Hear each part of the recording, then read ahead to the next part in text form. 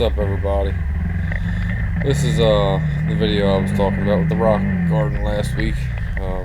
Still don't have the Flatland Racing bash guard skid plate on this video.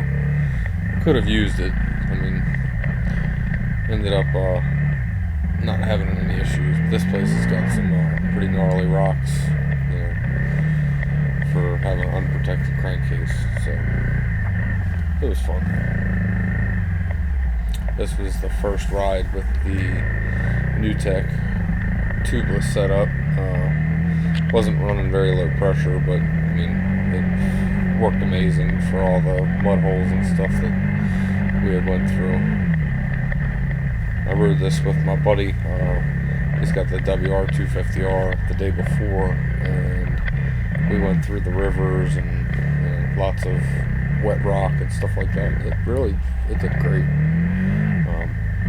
I intend to go back here after this whole coronavirus thing chills out a little bit. Maybe hop over some rocks and do some log hops and whatever I can get myself into. I mean, you see it right out of the nasty, it's like peanut butter mud, right out of the mud hole. It's standing up on the back tire. It does fairly well. I was very impressed. I've seen a ride, and it turned out really good. So you see my last video. Climbed some pretty nasty hills that I never even thought about climbing before because I knew, I was just going to be dragging my bike back down the hill. Like right here, this was a pretty big one, and about right after the water comes up over the fender, it starts to get like peanut butter, and the bike just tractored right out of it like it's nothing. So these are all Jeep trails, so I mean, they get pretty churned up. I'm kind of new at all this. I've rode here for one weekend for about 3 hours. Well, it's a pretty cool spot. I really have to mention the Moto Z. It's a hybrid enduro gummy tire. It's not all the TUBliss, obviously. I mean, it just allows me to run lower pressure and have a 100% bead lock. But this tire, it's a trooper. You see, in the video, I'm like almost wheel deep in a mud hole. It's just nasty. It just pushes through it, makes it look like, like I'm just going through a mud puddle or a water puddle. I'm really impressed with it. And I've been running the Moto Z tires since I bought this bike last April, and they wear great. I was turned on to them by the Woodsman Adventures, and everything he said was on point. I've got about 2,700 miles on my Desert Tractionator HTs, and they're still 65% in the rear, probably 80% in the front, if not a little bit more. Very good tires. Zero complaints about that.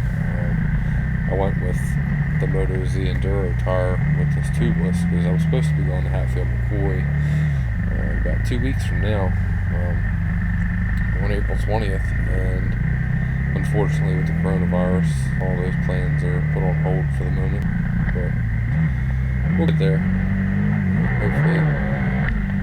Hopefully our country and the world gets through this and we can put it behind us and get back to normalcy. Yeah, I normally go riding at least one day out of the weekend with a couple buddies, Adventurer Zach, of course, and a few of his friends. And hopefully I run into these KTM guys. I'd like to go for a ride with them and see what their trail route's like and kind of pace they run. I like a good challenge, so we'll see what happens. But this trail here proved to be a little bit of a challenge, probably about 30 seconds from now. But the tire really saved me from getting zapped. basically it turned into a, you know, rutted out, you know, like truck trail, Jeep trail eventually. And we're riding the middle of it. And I try and pay attention to, you know, what Zach's doing and, you know, stay out ahead of everything, watching out there. And I said, oh, this isn't looking so good. And I got out of the way just in time.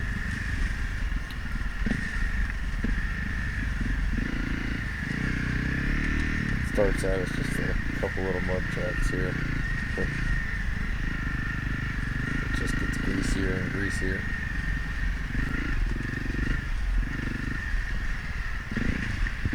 It's grass in the middle, so he just starts spraying. I think I had it in second. I just dumped it and moved out of the way because he was just covering me in mud instantly. The K250 Kenda, it can really throw some mud. Here comes that DRZ. He's like a bull in a china shop coming through this stuff.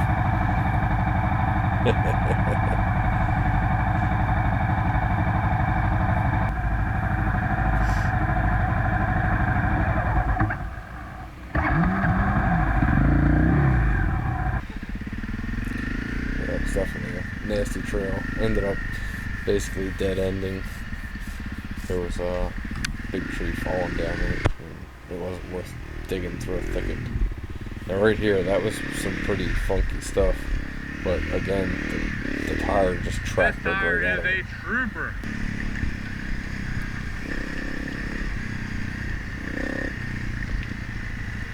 I do believe I was running 15 PSI.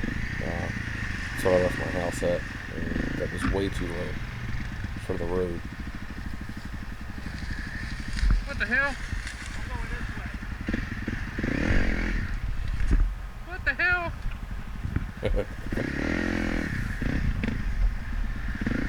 All that for this?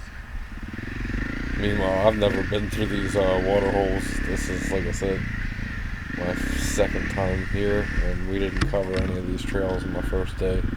But I wasn't trying to confuse you guys, but I got lucky for the most part. Oh, here comes that bull in the china shop again.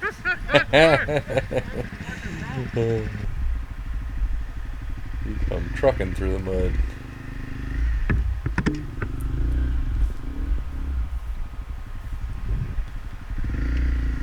Yeah, Zach, he's running the K270 Kenda in the rear. It's a gummy tire. He's got a D606 on the front.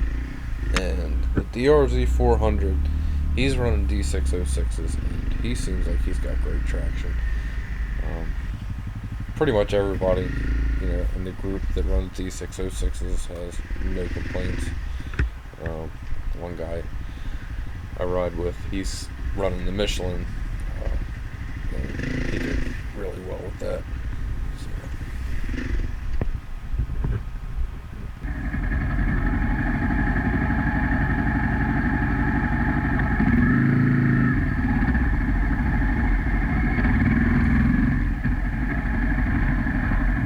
This is a little bit of a funky spot.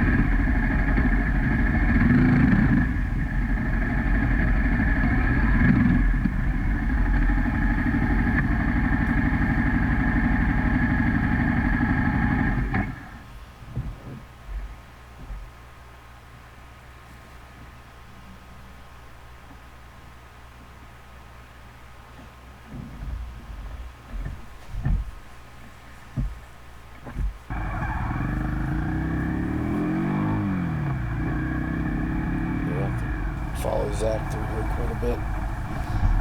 I was looking at the CRF250Ls today. Looks like there's a lot of them in stock in our local dealerships, and prices significantly lower. It's almost $3,000 off at the moment. I love my little 250L, but that 450L would allow me to work a lot less hard, you know, playing around. Unfortunately, I've got so much stuff already done to the 250L. I mean, to be honest, I love it. I'd still ride it. You know, it's a great bike. As apprehensive as I was when I bought it, I have no complaints. It's turned out to be an amazing bike. The slowest bike I've ever owned. Probably, most definitely the heaviest bike I have personally owned. My dad had a 93 XR250L back in the day, and that was a pretty heavy bike. I think it was probably a little bit more powerful than this one, but it was very heavy. I rode that quite a bit when I was probably 16 to 18. But I grew up riding two-strokes, so it was different. That was the first four-stroke I ever rode. Honestly, I prefer two-stroke, but these are trail-to-trail bikes, so I get quite a bit of street riding on them.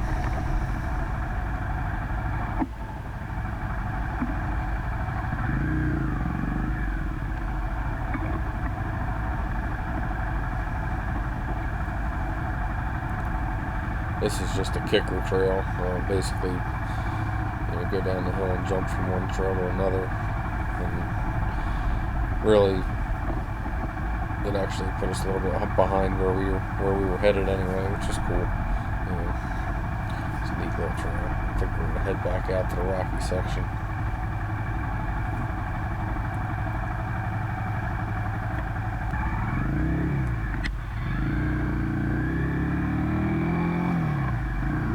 This is definitely a pretty cool spot. Like I said, outside of the day before this, I never ridden here. We tried to ride here once before, but it just wasn't in the cards that day. It was a rainy day, and we ended up passing out.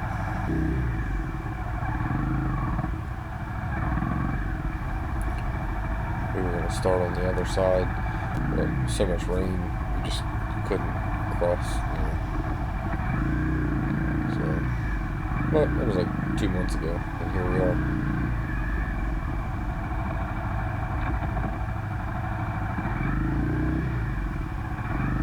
This spot back here, it's we could make some pretty technical trails just out of the rocks and a couple log crossings. The river and creek crossings are definitely pretty technical. There's a lot of rock. My thing is just not being familiar with the area. The one Jeep crossing looks like it could be almost 3 foot deep. Even if it's 2 foot deep, not being able to tell if there's big rocks underneath of it, and being so far away from home. I don't want to flood my bike out. I mean, I'm sure eventually I'll be crossing it, once it gets hot out. Today it was mid-50s. The day before it was almost 70. We were dying and sweating the day before. We didn't care if we got wet. But we're in the end of March right now. This was probably mid-March when I videoed this.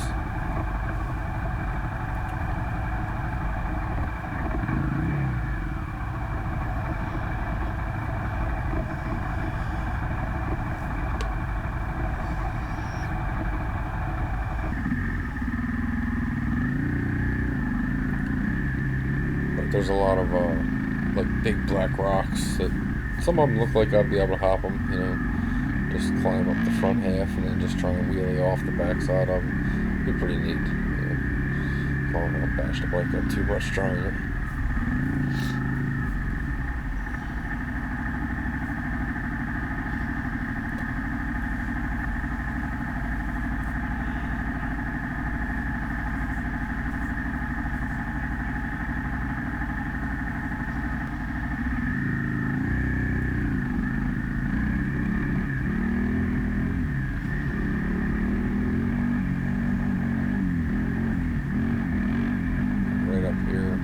Side of the screen, you'll see the black rocks. I think we could make a couple hops through there and keep going straight. It'd be a nice little trials trail. I mean, this is pretty rocky right here, but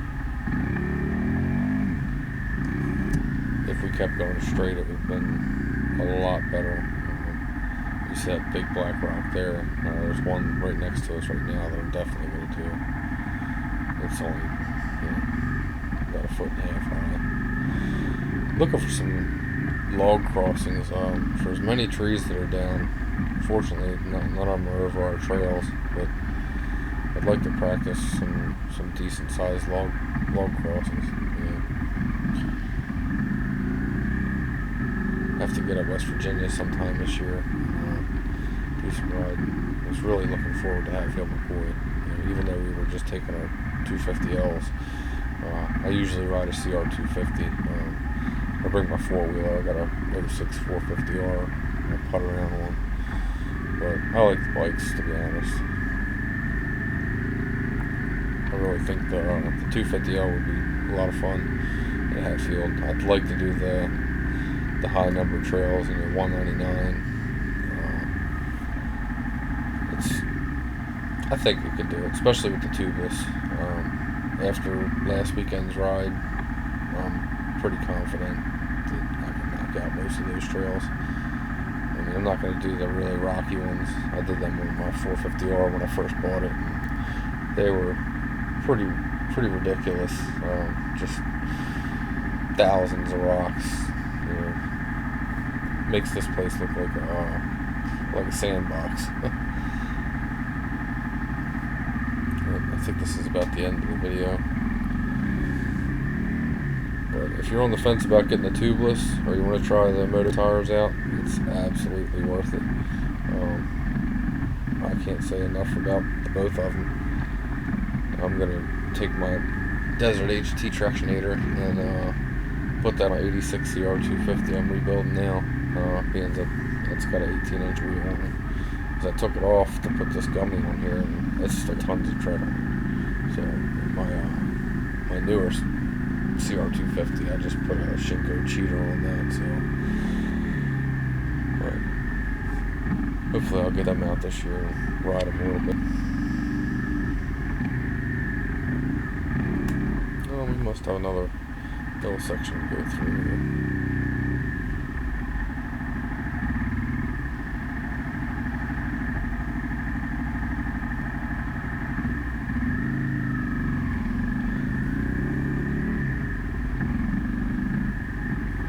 These leaves cover up a lot of the roots and rocks, and honestly sometimes I'd rather not be able to see them, because you get yourself psyched out sometimes and you're worried about nothing. It's easier to just not see the stuff and just blow right over it. You get that target fixation, that running right into the crash.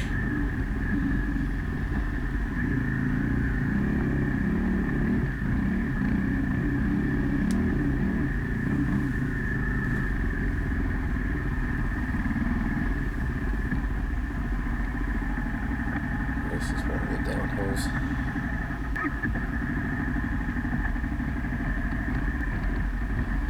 Between the roots and rocks, it's a fun little hill climb. You get this one, and then there's another one right after it that's actually a little bit steeper. It's probably a third of the distance. If not, maybe half the distance. But it's kind of muddy here today. Like I said, the roots and rocks, the rocks aren't just laying there, they're sticking up out of the ground every which way. Kind of odd with the placement, but it's a pretty cool spot. You'll definitely see more of this place in the future. But that looks like that's going to be about it. Have a great week and stay healthy, my friends.